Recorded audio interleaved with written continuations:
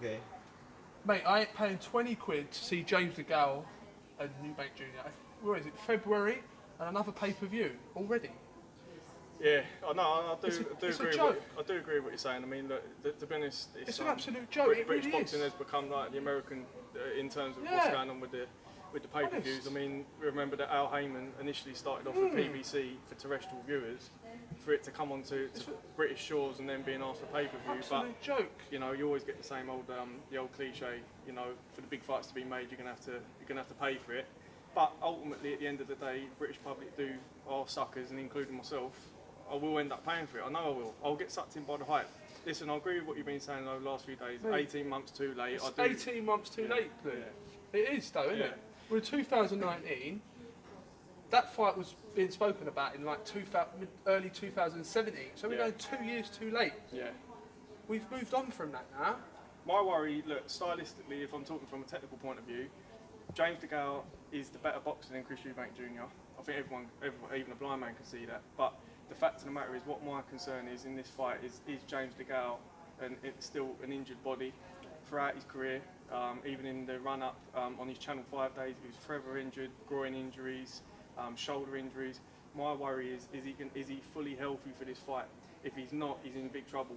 He's gone quiet though. No one's really spoke about him for ages. Yeah, I know. And my worry is people underestimate that people don't rate Eubank, but you know the two fighters he fought were good fighters when he has stepped up. But what you've got to understand is when he has stepped up, a lot of fighters when they make that step up, you look at Ryan Blue Chip Martin against Josh Taylor, completely shell shocked. Didn't get into the fight and fell apart. With Eubank, what you find is he's getting outboxed, he's getting schooled, but he is trying to find a way back into the fight throughout the fight to the final bell. You've got to give him his dirty, give him his props.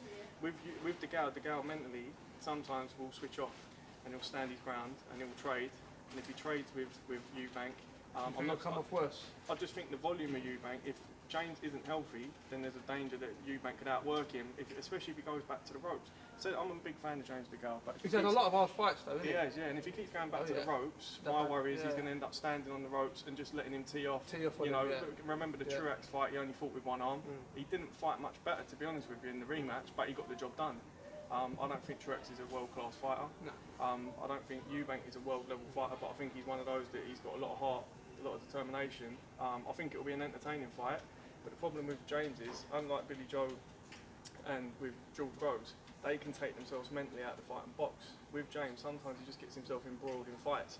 Even with Badu Jack, you just think to yourself sometimes, life and death, wouldn't it, all the way sometimes through, just get on your bike, just move. But sometimes he ends up having to tear up people for no reason.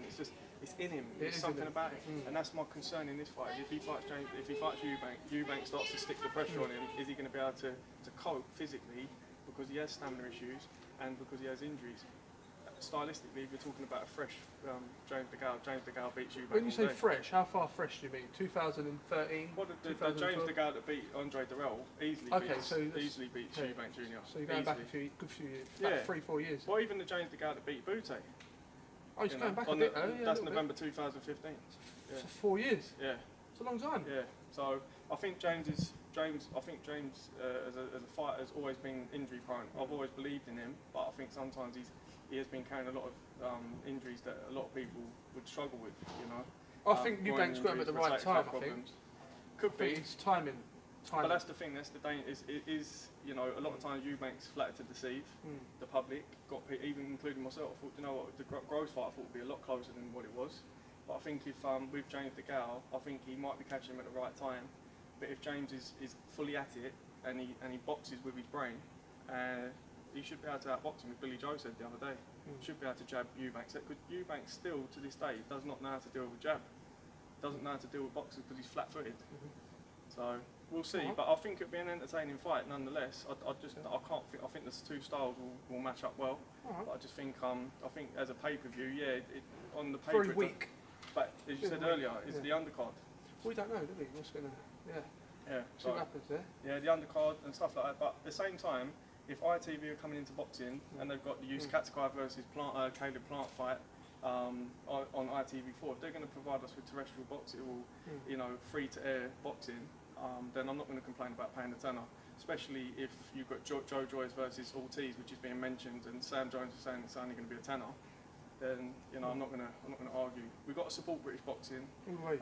because ultimately I remember the days a few years ago when we had like David A versus John Rees and Audley Harrison, That was the worst. and we were playing some shocking fights. That was So, disgusting. That was. you know, you've got